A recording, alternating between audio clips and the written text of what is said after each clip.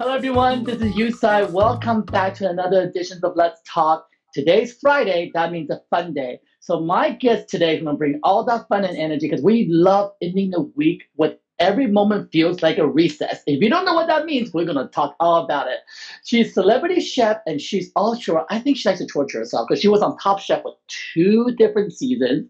She's an author. And one thing I love most about her, she's a motivation speaker that really inspires so many of us out there. So none other than Carla Hall. How are you, Carla?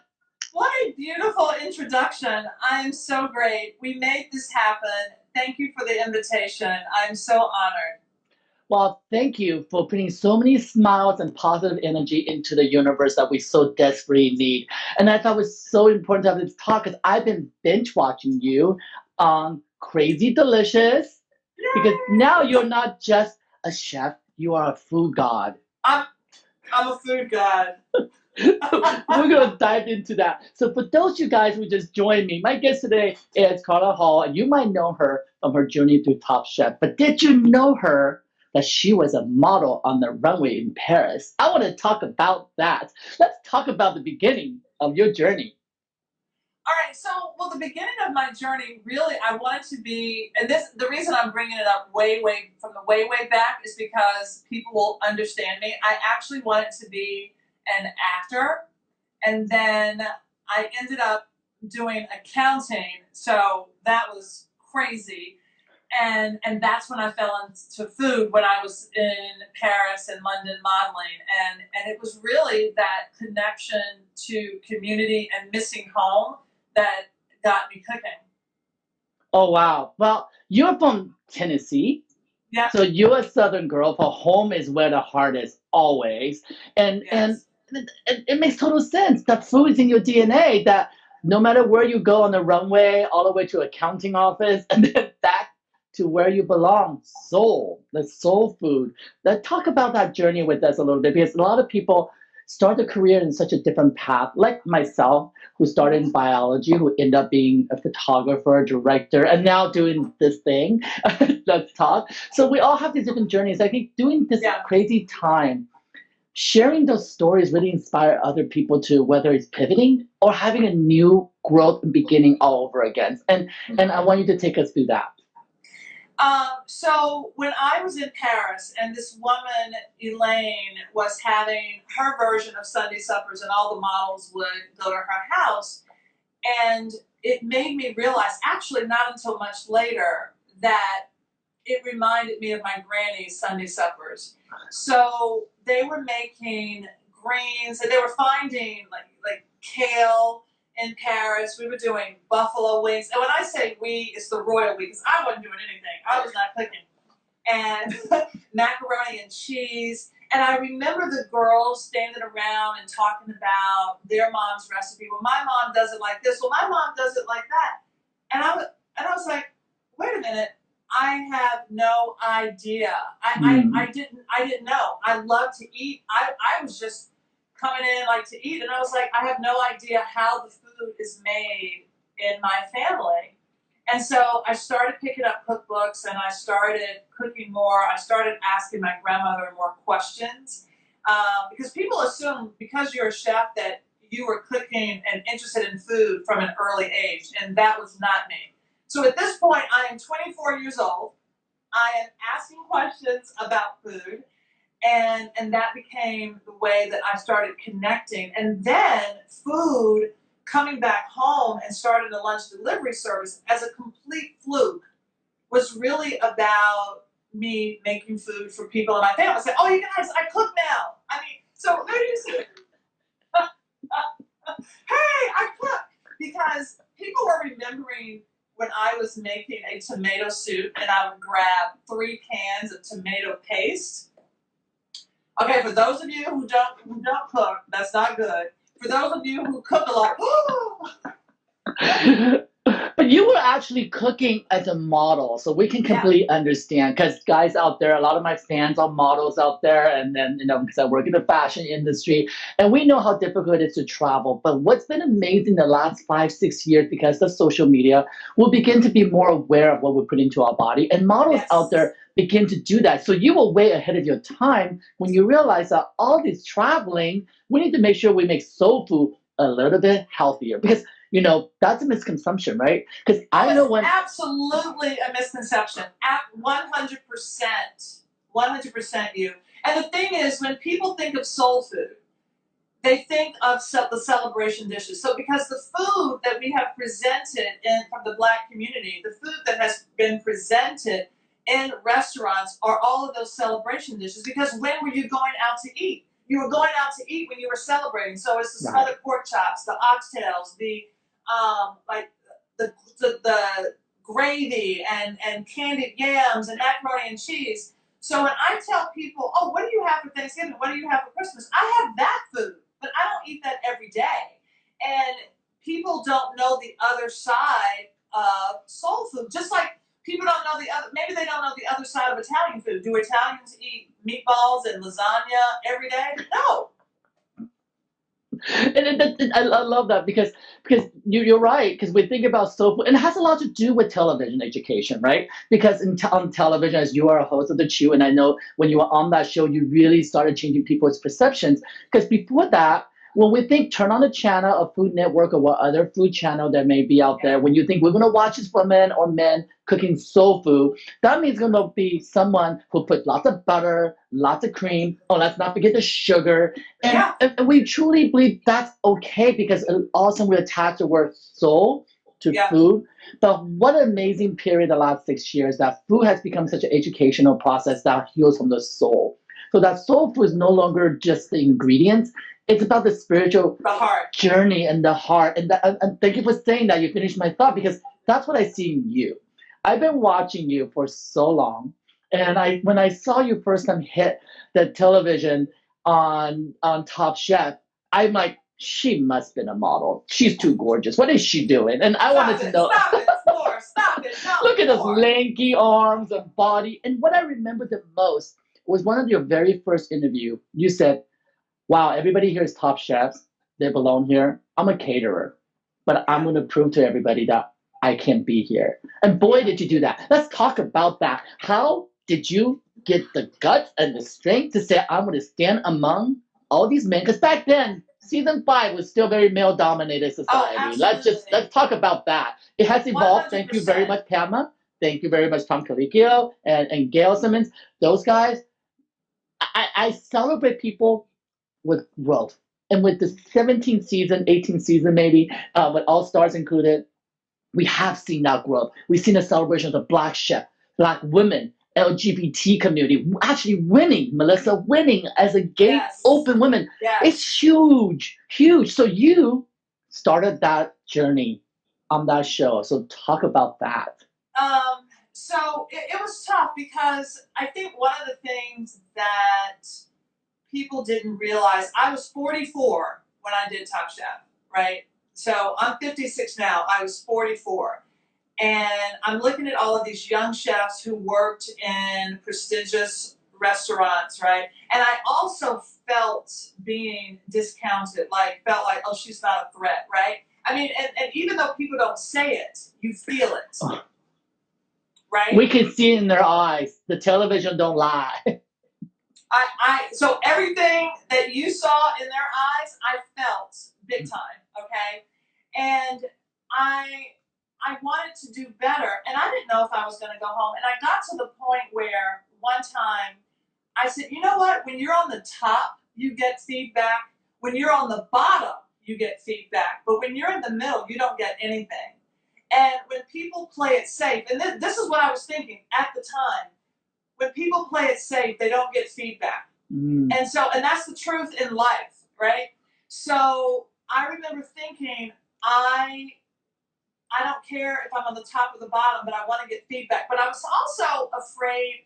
I went into this show being afraid of judgment and rejection. Like the universe puts me on this show when that is my biggest fear, to be judged. And to be able to stand in front of those judges and pick apart what you have done, and you're running around and you're exhausted and you feel so raw and exposed, that's something too. So I remember when I thought I was going home. It was Restaurant Wars, and I just did terribly. I mixed up. The oven was too hot. I was doing a dessert. I had mixed up the peppermint extract with the vanilla extract, and I meant to use vanilla. I put in peppermint. I mean, the cake was just terrible. And it was between me and Radhika to go home. And I remember standing there, and I was so scared. I mean, I was just like, and then I kid you not, something hit me where I was like, nobody has ever died at the judges table. And I know that sounds really crazy, and I know that sounds, okay, overly dramatic. But then I was like, nobody has died here. What is the worst? What are people's biggest fears? Especially babies, loud noises, falling, like death, right? I was like, I mean, come on, Carla, let's put this in perspective. And that is a 44-year-old speaking. So you know what's funny? Being someone who sat at a judging table for a lot of model shows, it is our job to make you feel like you're going to die. Right, right. You all do that very well, very well. So I was like, I went from like this, like, to. But it's incredible because that journey takes so much strength and realization, especially at that moment. Being someone who's been on the other side of the table, watching model competitions, singing competitions, all different competitions. I've been a judge for makeup competitions. And we see that. And it's funny that you said this because I'll give you guys a little tea. Is that when we decide who's going to go home on these competition shows, yes, we have an idea who it's going to be. But what you do at the last 5 seconds before we announce that name can change everything. And that has to do with the attitude of the person standing there. Did they give up? Did they think they don't deserve to be there? Because they think so? Bye. But when you fight, and that's what you did. You stood there, and perhaps you were supposed to go home, but your strength from your eyes convinced the judges that you should stay. And boy, do we love that you stayed. And I'm going to turn this way. When you go from this to this.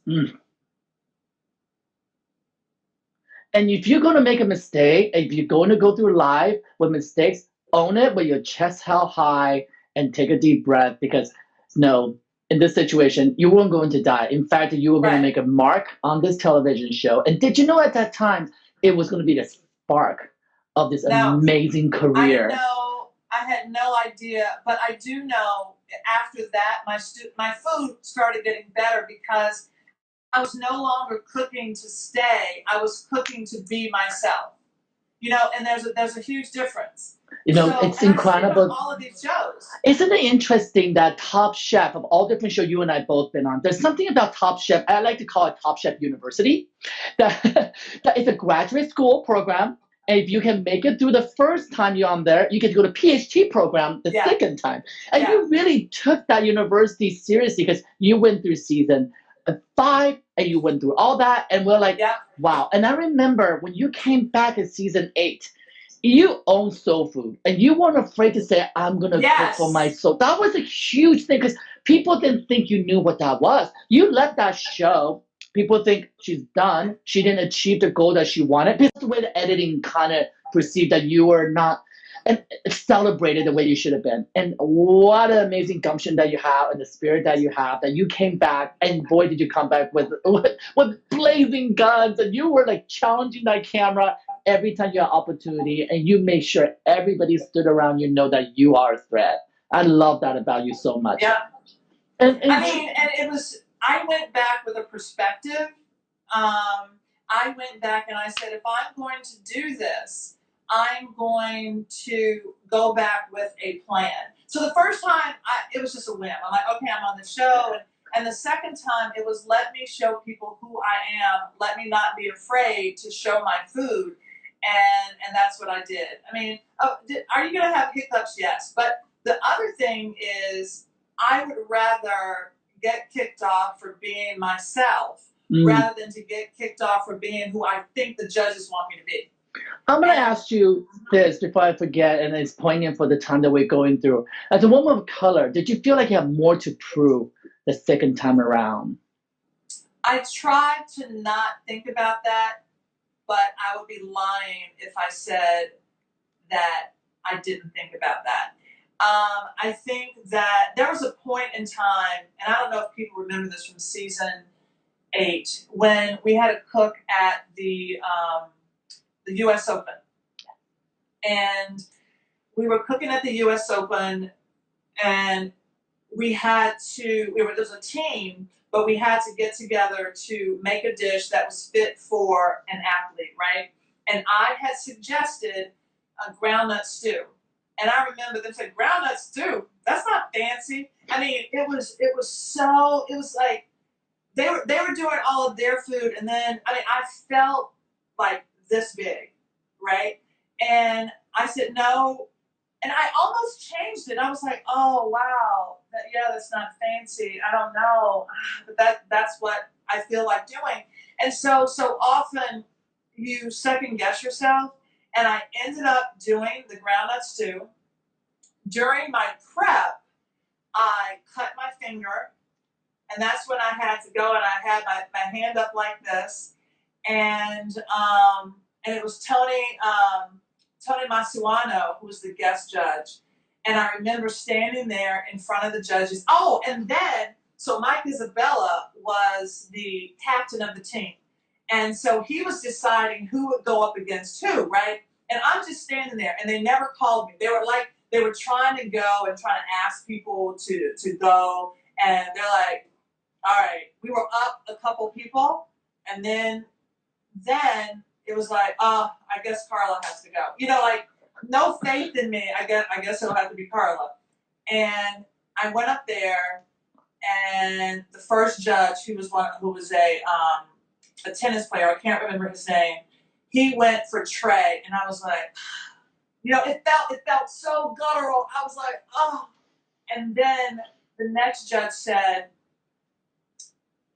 I think it's Gail. She was like, I really like Carla's soup. I picked Carla. I'm like, yes. And then Tom went. He picked me. And then the next judge said, oh, Carla, your soup is spicy. And I'm just like, but I like spice. And I was like, yes! Ah! Y'all, I was like, ah! And I'm going to tell you, I was so excited because Trey's fish was overcooked, and I was literally in the moment, and I was so excited, and I was like, yes, in your face, Fancy, yes, right? And then I'm walking back with the people, and I heard somebody say, good thing Trey overcooked his fish. They just wouldn't give you the credit that you deserved. They just did not want to give it to you. Jeez. So to hear that, you go high. First you're low, then you go high, and then there's that sucker punch. And it was during that I said, I have to be my own cheerleader. I have to be my own cheerleader. You can't expect to get the affirmation out here. It is, and I know it happens to everybody, even on social media. 100 people will say something great. One person will say something bad, and you obsess over that thing. Who is that person? And so I'm saying to all of you all, when that troll comes, or whoever it is, you know what? Just say, look at all these other people. Or what you say is, honestly, it's not the top or the bottom. It just is. And that just is how you feel about yourself. Because if you need positive affirmation to do what you need to do, then you really aren't there yet. So you need to really dig deep and feel how you're supposed to be. And I honestly thank Top Chef. I became comfortable with the uncomfortable, and that's how I live my life. And we see it now, and we see it then. And at the time that you were on season 8, I was already doing television as well. And I can tell you, at that time, I looked at you and I go, she is crazy as me. I love her. Because I'm like, boom, boom, boom. I'm 300. Yeah. And that's how you are. That's how you really are. And it's just, and then people are going to say, why are you so crazy? Why are you so this? You're like, but wait. And then you try to hide your light. I don't know if that ever happened. Oh, yes. You just brought what you just brought up, oh my gosh. So I just recently shot the Sports Illustrated cover shoot with all the beautiful, gorgeous women, all the different inclusions of color, size, and age, I all saw that. inclusive. I Thank you saw so the much. season. You belong in there, girl. Wait, in a bathing suit? Oh Yes. my God. Have you seen 55 years old? You know, she killed Kathy, she killed it. But what I was gonna say is that when you said about people saying to you, your energy doesn't, it needs to calm down. So my entire life, that's all I heard from my mom, from my teachers, from everyone. Calm down, shut up, be quiet, stop asking questions. And and my journey with Sports Illustrated has been in 12 years. And I remember my very first time shooting for them. I was so excited because of my bucket list. We went to Turkey. And I got to be there because I wanted to make a photographer really love my work. And we worked together before she recommended me. And also MJ Day, who's the editor-in-chief now, was back then she was assistant editor and she was really a fan of my work. I showed up and there was a makeup artist on set. By looking at me, she just decided from the moment she met me, she's going to hate me. She decided that she was going to destroy me on this trip. Every time when nobody's watching, she was the biggest bully that you will ever meet. She literally be like, "Why are you wearing knee pads? Why do you need knee pads?" I go, "Because I'm coming up and down to." She goes, "What? You afraid to get hurt?" And if the music's on, I'm dancing. She'd be like, "Ugh, why are you doing that?" And she literally, and I didn't never share this story with others publicly, but because what we're going through now, I've made a commitment to myself to keep people accountable by sharing both sides of the story. She would literally tell the models to walk alone and scream out loud and say, "Why don't you help me walk down this mountain?" Just to make me look bad. That's the hatred this woman had on me. I cried in my cave because we were staying in a cave in Cappadocia in Turkey. I called my agent and said, "Get me home." Nothing on my bucket list deserves for me to be back where I was 5 years old, 7 years old, 12 years old, and being beat up by another minority, by the way, by another minority. Instead of celebrating, instead of inclusion, and I get it, maybe back then she didn't know what that word means, but I hope she's listening today because the impact on us, of people of color, of any tint, it goes deep. It goes deep. 10 years later, I got covered with Kay Upton. Now I have another 4 covers with Sports Illustrated. I celebrate that with MJ Day because as an editor-in-chief, she understood that. She celebrated me. So those passing of the past, but it does root us deeply. However, people like you who take this experience actually to watch and turn it into incredible positive and motivate other people, it's what this is all about now. It truly is what this is all about. I really lean into being comfortable with the uncomfortable. If somebody says something to me on social media, I will honestly read it. I stop and I'm like, how do I feel about this? Is this coming to touch me? And if it is, there's a kernel of truth or lesson in that thing. So I'm like, okay, all right, where do I find myself? And I will work on myself. I won't get defensive. I won't go at it with them. But I'm like, okay, and prime example. So I've been doing my reset, so 10 minutes every day, and the way that started you, and that's where you found me, no pun intended. I was a troll, you guys. So guys out there, so everybody who don't know, Let's Talk is literally produced, created by a small team of people, me, my left hand and right hand, and my 2 assistants who does my sound check and also editing for YouTube. And there's no agents, there's nobody booking the talent. I became the troll. and but I do it kindly. I go online and say, "Please check your DM." Absolutely. And you know what? I didn't even hand your name over to my people. I'm like, I want to do this. I'm going to do it. We were texting. We DMing, and then we started texting back and forth. So I was doing my recess, and somebody was like, "Why?" Another Black woman. Why do you choose to ignore what's going on? And so I was like, huh. And I had to ask myself, first of all, I'm like, I can't not be Black, right? You know, and the other thing was that if I don't put something or what I'm doing on social media, does that mean that it's not happening? Absolutely not. And so there's so much of what I do that's very private that I don't feel like I don't need a confirmation from people out there to tell me that I am doing enough. So I of course responded to the troll. So but then I had to ask myself, okay, what am I doing? And I know that recess started because there was the George Floyd incident, there were all of the protests, and I felt so heavy. And I talked about how I had been arrested once and handcuffed. I was in a suit, and it was a scary thing. And so I felt this profound sadness that was happening to me. And I was like, what is happening? Whenever I told that story, I would often tell the story as if I was witnessing it, not that it happened to me.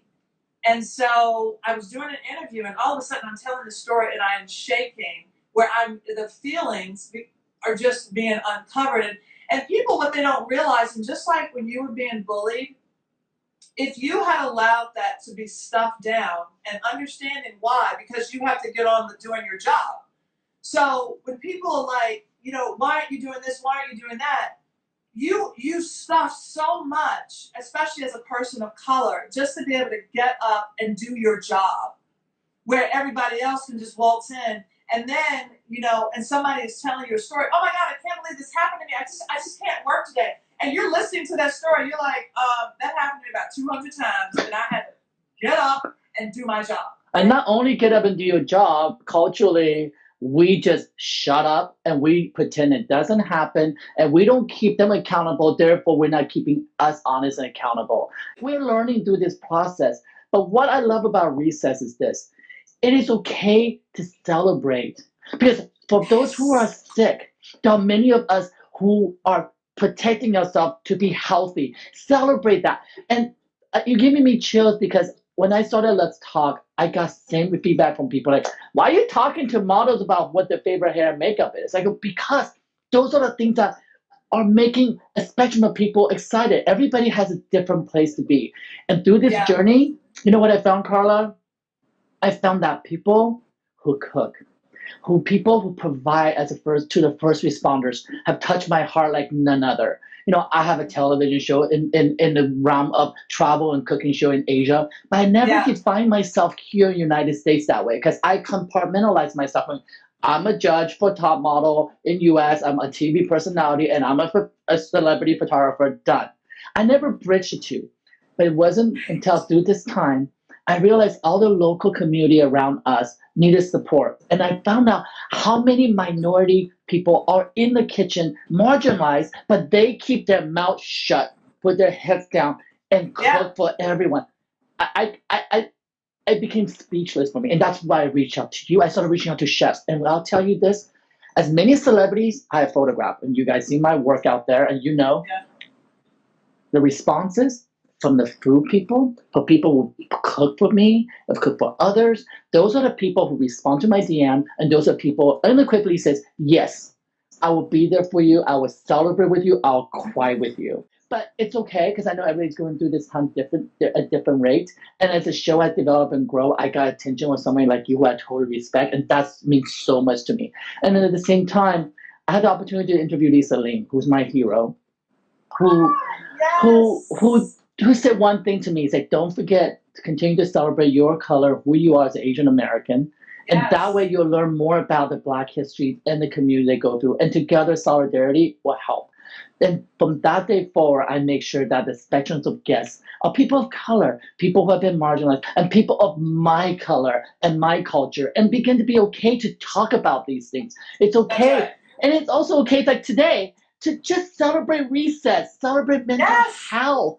And also, learn from the journey. What I love about you, Carla, another thing, I love so many things about you. If I was there with you, I'd be hugging you and squeezing you because so much about you that you are so transparent.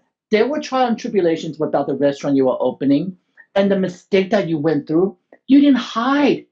You didn't hide behind social media. You unequivocally stood up and said, this is what I'm learning, and this is what's wrong, and this is what's right. And I hope you guys out there can learn from my mistake. Yes. And that's what we're all doing. It's so funny that you said that. I mean, I had to do it for myself, but there were so many chefs to this very day. When I go to a restaurant and a chef will say, I read that piece through eater about the mistakes that you made about the restaurant, and thank you. Thank you for being so honest, because they were like, so often, the reason the layperson doesn't know how hard it is for a restaurant, nobody talks about the failures of it. No. Nobody talks about that. They're like, what happened to this restaurant? You know? And nobody comes back and says, you know what? This is what happened.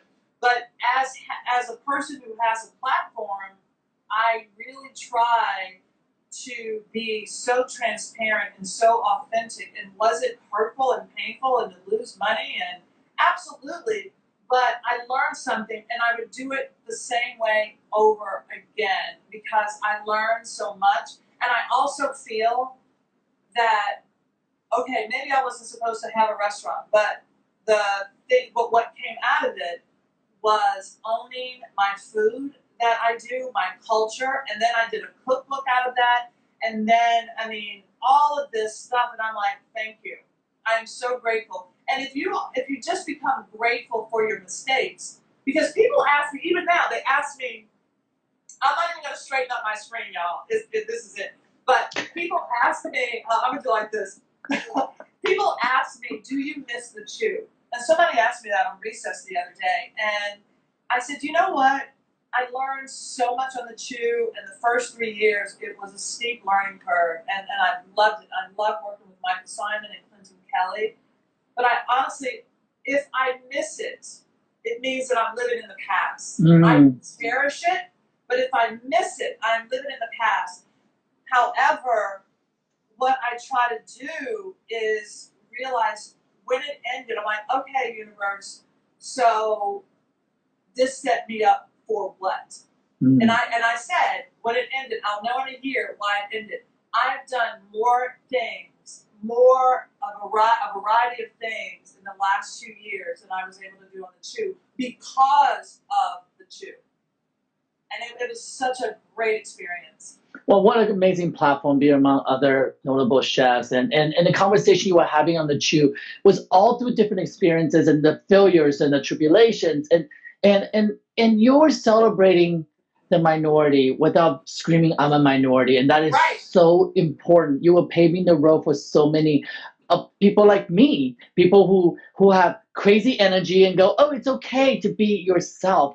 Doesn't matter where you're at, like whether it's on the screen or on this or at a party, and Yeah. I want to jump back into recess because that's what I like to have a conversation Yes. today a little bit, because you are now not only a chef and not only an author, you are truly a motivational speaker. Things that comes out of your mouth that inspires people, and I love the fact that recess is not preachy. Recess is not like, here, let me teach you how to meditate. Okay, Gen Z meditation, guys, you guys have got to figure out what meditation means because that's not meditation. You guys don't want to talk. I'm all, you don't meditate on IG Live and go, so everybody can see you. That is not meditation. But you know what's meditation? Recess time. So tell me about recess. How, where, when did you decide that recess is a form of meditation and healing, and what do you want people to take it away with? I wanted to do something just to get out of my head. I was sitting around the house, even though I needed to move because I was putting on like a different kind of weight, right? And so I said I want to do something every day. By the way, I won't put it on my calendar. I just allow it to happen. Because I'm a little bit of a rebel, as soon as I feel like I have to do it, I don't want to do it, right? I don't want to do it. And so I started doing recess to get out of my head. And I wanted to play. I won't call it exercise. I think about a kid and how kids would go out and run around, and that's what I want to do. I have a jump rope, I have a hula hoop, I have a skip ball, I buy these crazy toys, and I'm trying to tell adults and kids, just go out and play, or play with your kids, make them a game, but get out of your head, get out of your house, and go do something. Just move and come back.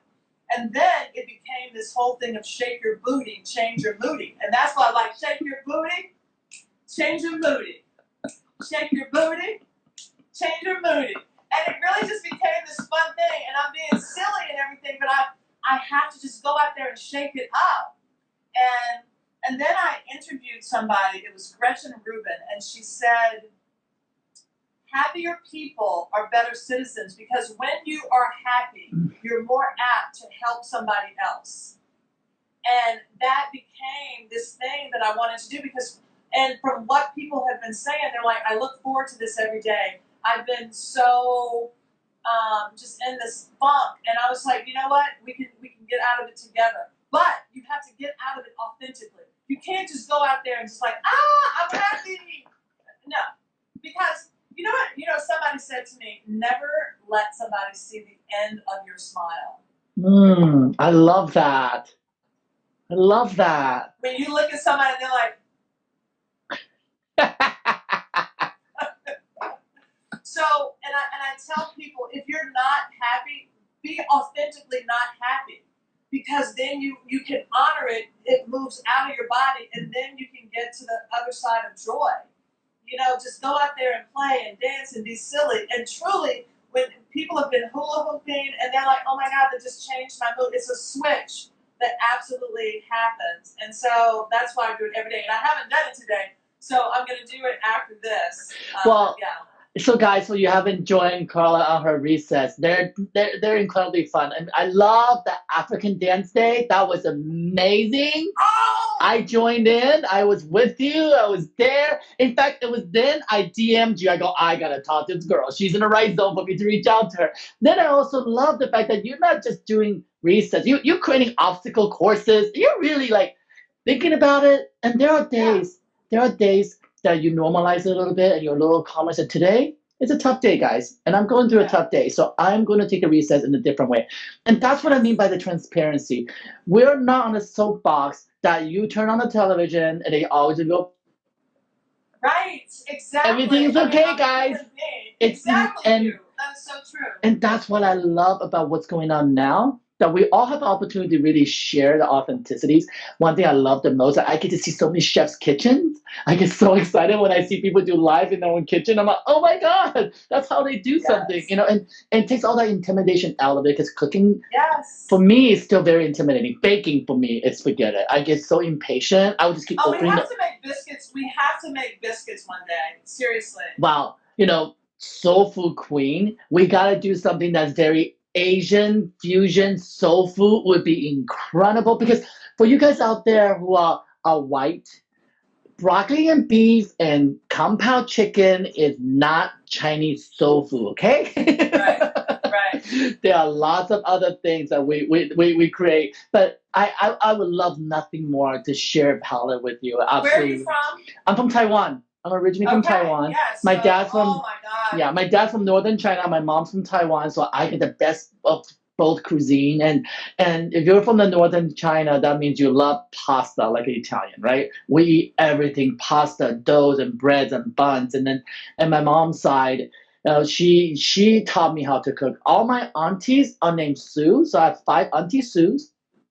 It's like Su Ling, Su Hui, Su Hua, so they're all Sue. So I always say, I love it. So on my show, I always say, oh, Auntie Sue taught me how to make this dish. Eventually, the producer's like, okay, how many recipes does Auntie Sue have? I go, well, there's 5 of them, multiplied by about 100 each, so I'm never going to run out of recipes, because they're not my recipes. They truly are passed down from generations from my mom's side, and it's been an incredible experience to love cooking and sharing cooking, and especially for me, it's able to talk to someone like you and ask him questions. I went through 2 weeks, insanely crazy, just want to learn how to make a consomme. No joke. I just like, I don't know why. Okay, 3 years ago, I want to learn how to make macaroons. I would turn my air conditioning on so cool down the room, and work for the butter. When I, like you said, you're a perfectionist. When I decide to do something, I do it. 2 months later, I will have to send you a picture of my macaroon. They look professional, beautiful, spot on. But then I got allergic to almond powder because I was making them every day. What? Because I was so exposed to it. I was like red rashes everywhere. I'm like, well, you know what? I guess I'm done with that. Move on to the next thing. But I'm excited because through this journey, meeting chefs like you and other chefs that have been on top chef, they have been giving me tips, and I'll post pictures of the food, and they would text me and let me know, like, this is great, this is amazing. Because guys out there, a simple text these days saying you're doing a great job. Or I love Yeah. what you're doing. And not just a like button. Don't get Right. lazy. The like button, we all know the double tap, you could be doing this and do it. But to take the little time to say, hey, Carla, your recess, even though I may not have got up on my couch, but I watch you and I'm Yeah. smiling. It goes such a long way because when I see somebody like you, actually, you commented on a talk I did with Maylene, before Yes, yes, the yes, yes, DM. yes. That I was like, what? She watched this and she, oh my god, I have to reach out to her. I have to reach out to her. So Yes, I that's did. what it's, I was like, oh, I did. Yeah, and absolutely. she has been incredible spirit for me. I've been texting her about my food and I got in this mode now that I'm trying to get everybody to do. Take a picture of your dinner and just send it to a random friend of yours. It's kind of fun because people just start sharing meals digitally that way. Because I know not Yeah. everybody's gonna get there to cook and then share recipes, but if you don't get to do that, share what you're eating so they can be I part mean, of your life. exactly. That's exactly right. Before I came on, I was actually cooking with my mom on the Mm. phone, which we don't do, and she doesn't realize how she has influenced certain things that I make. Like, so from a child, I loved meatloaf, and so now and she doesn't eat beef anymore. So I called her and I said, let's make chicken meatloaf balls, and but to your point, you talked about the buns. So because I love Chinese food, I love those little buns. I decided to try to make my southern version of the buns, but as a biscuit, and then I made you're cracking me up. I made sausage gravy, chilled it, and then put it inside the biscuit like a bun. But it all came from like that little bao bun. Wow. Yeah, I did. I love that. We will have so much fun in the kitchen. And because you said that, I'm going to tell you this dish that I did on my show. And I love this dish because when I set out to do this show about street food in Taiwan, because I really wanted people to know the culture, and it's about me going back home for the very first time in 20 some Yes, years. So I'll send you the link so you can watch it. But this one episode was please. about innovations of young people actually taking over the street food culture and changing them. So every episode was different than the other travel shows that I go back to the kitchen, I take what I've learned along my journey, and I cook a meal inspired by them. And whether it's a twist or modernize or put my Auntie Sue's twist to it, and I cook for them. And so I invite them into the kitchen. So of course, my producer's like, "Are you sure you want to cook on this show?" I go, guys, I can Yeah. cook. Okay, I'm gonna do this. So this particular episode, we were eating in Taichung, and what's really popular there is called popcorn chicken that you get in the United States now. But Oh it's my God, yes. super spicy, and it was done with tapioca powder, flour, and done with sweet potato flour. So it's different than just using all-purpose flour. That's that. Yes. And it's also the meat's marinated for 24 hours, so it's not just like chicken tender. It's like done Right. with time. But when you make that, people just usually eat it like a French fries. So I want to put a soul twist to it. So I want to see if you approve. I All right. love. So the first thing that comes up for me. This is how my brain works. So talking about your spice. I'm from Nashville, and what I would do, you marinate it. I would marinate it in pickle juice and spices, and then I would use the cornstarch, tapioca flour, a little bit of flour, and then fry it. And then what I would do, because I'm from Nashville and they have hot chicken, I would take my hot chicken oil, mix it with honey, and toss that popcorn, the fried popcorn strip, and You almost there. You almost got me there. I wanted to make a Chinese version of chicken and waffle. So I served it in a waffle cone that's really crunchy and hard, that's been frozen, so it's yes. extra crunchy. Put in all the hot, spiciest possible with cayenne pepper, with habanero powder. I mean, this thing's gonna be so spicy, you really cannot eat it without something to neutralize it. I top it with vanilla ice cream. But that gets too sweet. Then I put bitter matcha powders on top. And you gotta have a fry element. we took sweet basil and deep fried it so it's nice and crunchy and goes all over the top of it. So my mouth is watering talking about My it. mouth is watering. You know what I'm saying right now? Shut your face! I want to taste your bun style, and I want to make this dish for you because it's such an incredible journey through your mouth, right? The umami from the all different layers of flavor that's been marinated, and then you bite into this chicken that's so spicy, but you're like, wait, I can't handle it. Wait a minute, the ice cream's gonna come and help you. But you're like, wait, but it's soft. No, it's not, because the crunch from the waffle is gonna pick it right back up. And then you end with that little matcha bitter taste that neutralizes everything, so you can do it again, again, and again, every bite. This dish, I try to convince my producer, what producers all say. They're like, are you sure this is gonna make sense? I'm like, let me just make one and you guys can see. It was the most requested food for the rest of the season. I am sweating right now. My mouth is watering. Let me just say this. You're making me hungry with the bowels. Oh my God. So I just finished shooting Halloween Baking Championship. That's why I was in LA.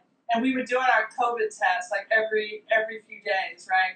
And we had to do the spit test. Sorry if it's getting gross. But I had to think of a dish because I need my mouth to salivate, and I would think of a dish. I'm gonna use this dish. Oh. I'm seriously gonna use this dish, but I have to. It sounds so gross to use my COVID test. Oh my God! But Carla, will you make a southern version? Oh, please make a southern version with the honey. That sounds so good. I can't wait that we can actually taste each other's food and sit across the table because we have so many things we can celebrate about. Your energy is so infectious. Literally, I'm like, when am I getting Carla's food? Well, I am so honored to have you on the show with me. I'm so honored to talk to you, and I'm so grateful to be able to watch you on the tube because as an immigrant, as a person of color, I do watch you and said, she can do it, we all can do it. And as a woman who can stand there and be equally as powerful as any man in the kitchen, I would celebrate that any day and every day. And we are seeing that meter move. We see it on Top Chef, we see it on other shows. And I encourage Food Network to start doing the same and pay attention because others are moving in the right direction because it should not be a male-dominated station. Yeah. There's more than one chef on that station, right? But I think we're all learning, and I'm encouraging everybody to do so. And I'm excited to see what comes next because this movement is going to bring the best of us to the surface. I really feel that way. Thank you. So much. Thank you. And anytime, you have my number now. If you feel like picking up the phone, I'm there for you. I want a recipe for one of those Aunt Sue's. I'm just saying. I will get it to you. And make it Southern. I'm so excited. Oh my God, make it Southern. That's that I want. I gotta go. I gotta go cook something now. Yeah, I'm starving now. You guys, go eat something. Right. Thank you so much. And guys, after you eat, take a little break and recess time. Recess. Bye. I love you. And yes, that's how we'll finish up our talk on Friday with such amazing, joyful stories that we get to share.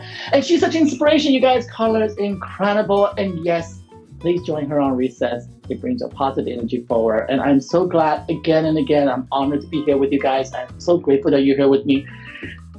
Next week, I will be back and we will talk more and we'll try to do my best to bring you a little smile on your face through this crazy time we're going through.